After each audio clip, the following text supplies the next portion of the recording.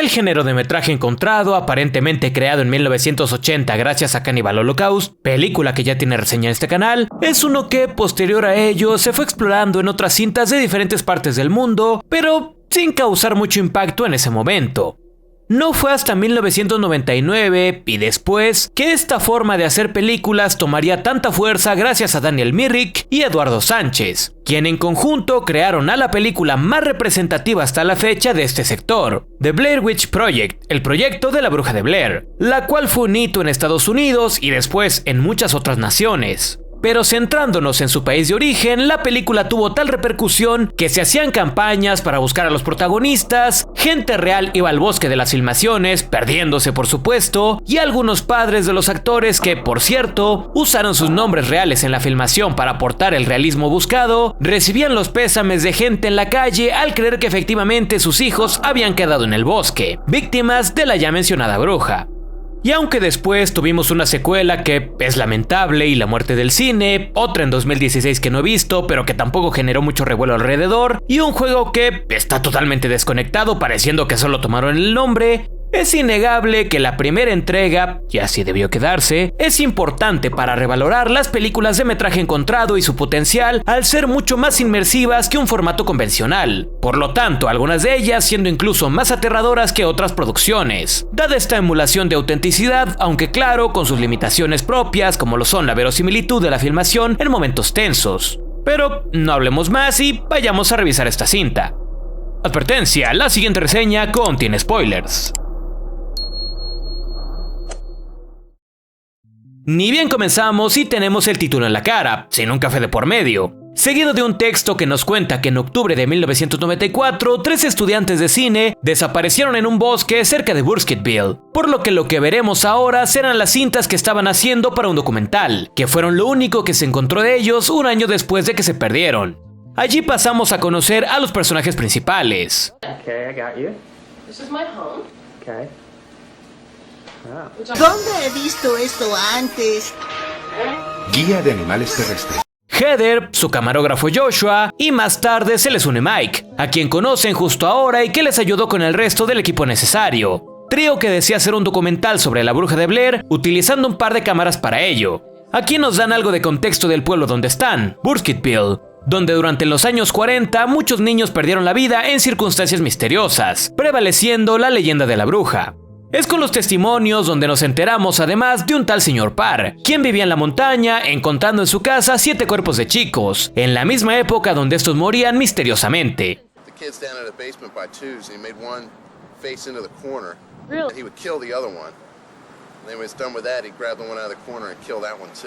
Gracias a estas mismas personas conocemos a Mary Brown, la loca del pueblo, quien aparentemente tuvo un encuentro con la bruja hace años cuando era niña, dando una descripción de la figura. On her arm, on her hands and everything, it was like hair, like a real dark, almost black hair, like a horse. Like fur? Pero su testimonio no parece muy confiable, ya que, pues está loca. Tras una celebración se dirigen al bosque consiguiendo más testimonios de más desapariciones en el lugar y avistamientos. Se adentran hasta el sitio llamado Coffin Rock, donde 5 hombres fueron hallados sin vida y desmembrados, para después desaparecer como si nada unas horas después, antes de la llegada del sheriff de esa época. En realidad, no solo la cuestión de la leyenda de la bruja es un desafío, también lo es el territorio, ya que antes de poder acampar, la lluvia les cae encima. Afortunadamente, aprendieron del tutorial de Calamardo. Observen y aprendan.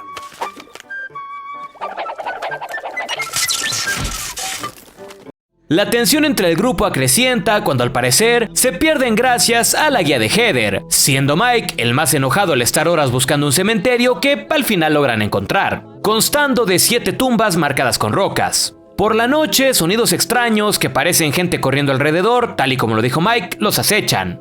Y de nuevo, al día siguiente se pierden y Heather insiste en seguir grabando el camino, mientras que por la noche siguen siendo perseguidos por sonidos extraños.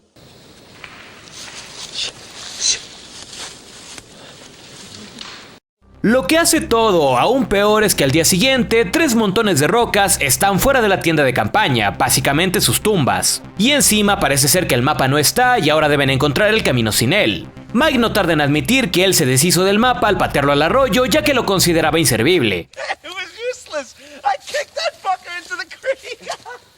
Evidentemente eso altera a todos y pelean, separándose cada vez más. La filmación regresa cuando en medio del bosque se encuentran extraños símbolos hechos con madera, los cuales no parecen decoración de alguna fiesta.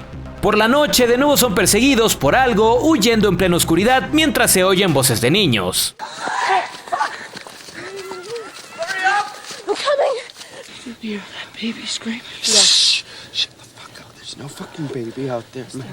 Está vacío, ¿ves? No es cierto. Al volver a la tienda, esta está destrozada y las cosas de Josh están regadas por el suelo. I see why you like this video camera so much. It's totally like a filtered reality, man. You can pretend everything's not quite the way it is.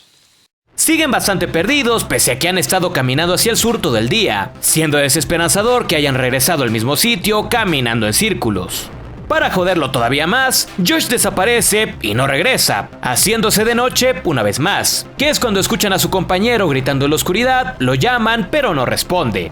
A la mañana siguiente encuentran lo que parece un paquete de ramas envuelto con una tira de tela, donde hay cabello y algunos dientes. Habría preferido quizá un mapa, pero la intención es lo que cuenta. Heather no le dice a Mike de este hallazgo. Ya presa del pánico, la chica decide grabar un último testimonio al creer que va a morir, pidiendo disculpas por haber insistido en comenzar este proyecto, decir que no estaban perdidos, asumiendo la culpa de todo lo malo que ha estado pasando. Más tarde, escuchan la voz de Josh pidiendo ayuda y aunque saben que no puede ser él, siguen el sonido entre los árboles hasta una casa en medio de la nada, la misma del señor Parr donde encontraron los cuerpos de 7 niños en el pasado. Mike decide entrar y Heather le sigue, pidiendo que no lo haga. Pero se sube al escuchar la voz de Josh, primero en el ático y después baja al sótano, sitio donde el señor Parr mataba a los niños. Algo derriba al tipo, por lo que su cámara queda en el suelo, así que lo restante lo vemos en la de 16 milímetros de Heather, quien entra al sitio encontrándolo él parado en una esquina para después ella también ser derribada. La misma táctica que utilizaba el asesino para con los menores. Es así como terminamos la película. ¡Cállate, puta! The Blair Witch Project merece todas las impresiones positivas que ha cosechado a lo largo de los años desde su estreno en 1999, siendo hasta la fecha uno de los mejores ejemplos al momento de poner en práctica el formato found footage, manteniendo la verosimilitud lo mejor posible al momento de las filmaciones, estableciendo un contexto que lo permita al inicio y después modificando este dado el cambio de las condiciones de los personajes, utilizando una nueva justificación plausible para el rodaje continuo y además permitiendo los cambios de cámara al ser estas cintas encontradas a posteriori por otras personas que se encargaron de la edición del material para presentarlo. Otro de los aspectos que suman puntos para esta película es su formato en sí. Esto lo digo porque si bien se establece que tenemos a 3 estudiantes de cine, por lo que hay algo de noción para la manipulación de las cámaras, la ejecución de las tomas es menos académica y con tecnología algo más antigua a la actual, por lo que el aspecto técnico podría ser en otro caso un lastre para su percepción, pero este estilo más añejado y menos profesional ayuda a que su envejecimiento directamente no exista, ya que las cintas son lo que son y su formato, de nuevo, hace que esto sea una virtud incluso con el paso del tiempo, favoreciendo la veracidad de lo grabado, por lo tanto, ayudando a la inmersión del espectador en lo que se observa, lo que es precisamente el objetivo para este género. La película es consciente de que necesita sentar un contexto que permita las grabaciones dentro del bosque, algo que dé motivaciones a los personajes a tener esta aventura en terrenos desconocidos y para ello se aprovecha del concepto de metraje encontrado, colocando esta sección documental más planificada por este trío con la más improvisada de los momentos entre los árboles, contándonos mediante estos momentos más estructurados en la diégesis la mitología en torno a este lugar que tiene ya una larga historia trágica. Desapariciones relativamente recientes, asesinos de niños durante la época de los 40s o mujeres locas. Todo esto girando en torno a una sola figura que le da título a esta película, la Bruja de Blair. Y antes de este contexto, mediante el documental, nuevamente haciendo uso del formato de cintas encontradas, podemos tener algunas menciones previas de los realizadores de estas grabaciones, además de presentar a los personajes que vivirán esta historia, siendo una especie de detrás de cámaras en la idea original de estos mismos. Retomando parte de estas leyendas en torno a esta supuesta bruja, los mismos nos van dando un preámbulo de lo que pasará con estos chicos mientras que ofrece algunas respuestas a medias de los acontecimientos del pasado con los de este presente, Es decir, lo que seguramente pasó con los personajes desaparecidos y lo que quizá había sucedido con el tal señor Parr, quien resultó ser un asesino de niños empleando un método sumamente cruel por un motivo extraño, como lo era no soportar la mirada de los niños. Es con estos relatos que se va construyendo una atmósfera de misterio, de maldad en torno a estos bosques y la figura de la entidad que está aparentemente detrás de todo esto, afectando a las personas de diferente manera.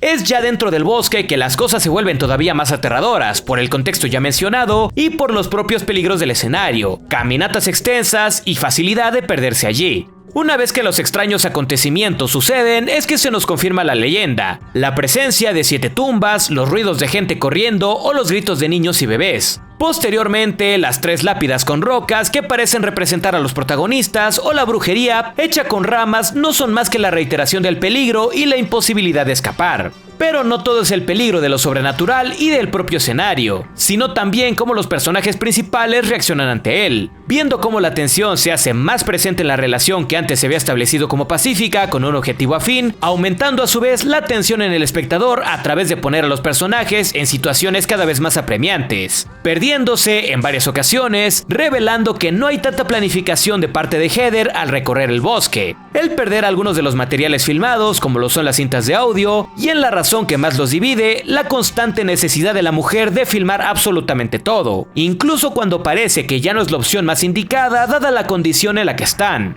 Pero aún así, la película, consciente de ello, justifica esta insistente filmación utilizando para ello a la misma chica que, en un punto de la historia, admite que lo hace porque no le queda otra cosa. Es decir, ver estos acontecimientos tan aterradores a través del ojo de la cámara, y no el suyo propio, es un mecanismo de defensa que le evita enloquecer. Teniendo esto sentido, pues durante un tiempo, ella es quien mantiene más la calma en el grupo, al contrario de sus 2 acompañantes que no tienen este escudo para la realidad, tal y como lo menciona también el propio Josh.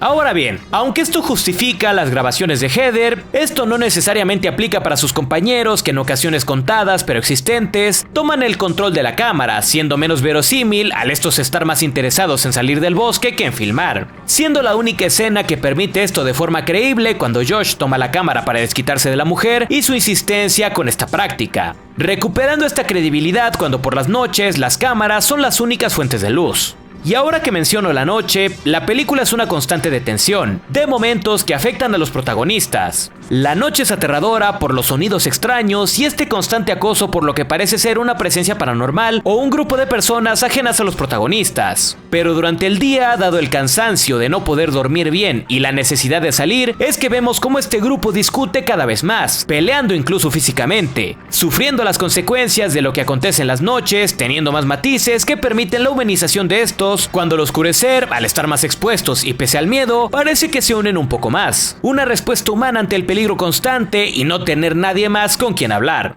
Otro elemento con el que la película juega es con la incertidumbre tanto interna como externa que tiene el espectador de no saber exactamente lo que pasa. Estos personajes no pueden salir del bosque ante la falta de preparación, o es que una presencia paranormal que ya se ha cobrado víctimas aparentemente no los deja escapar. Esta misma especulación juega a favor de Blair Witch, creando una gran pregunta sin una respuesta clara, es decir, un entendimiento del miedo, el miedo a lo desconocido. Para confirmar esto, ve el final que tenemos, donde de nuevo se retoma parte de las leyendas que escuchamos antes, como lo es el asesino, el señor Parr, y el método que empleaba para matar, tomando un par de niños, obligando a uno a ver una esquina mientras que eliminaba al otro para después deshacerse del que estaba viendo en la esquina, siendo la forma en la que los 2 protagonistas restantes, ante la desaparición y aparente muerte de Josh, terminan muriendo o desapareciendo, en un escenario que es aterrador de por sí y planteado como la casa del asesino ya citado, una casa en ruinas en plena oscuridad en medio del bosque. Un excelente sitio para terminar con esta historia, en total incertidumbre. Donde sea la respuesta que elige el respetable, el resultado es el mismo. Esta es una historia de terror puro. Como dije, The Blair Witch Project merece todas las buenas críticas detrás de sí, siendo, como dije, una de las obras más importantes para la popularización del género y su ejecución. Consciente de sus virtudes y limitaciones para crear una de las mejores películas de terror de su formato y fuera de este. Sin duda, una visita obligada para cualquier fan del terror, ya sea que les guste ese género o no. Su resultado como una obra funcional es irrefutable.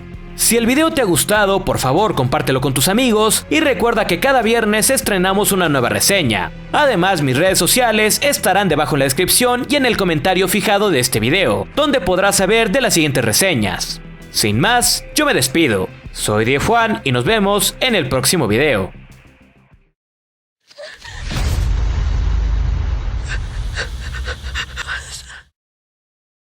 La miniatura de este trabajo fue realizada por Franco Presenda. Sus redes sociales y las mías estarán debajo en la descripción.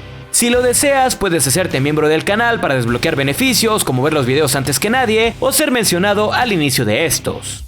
También te invito a verme en directo donde realizo otro tipo de contenido.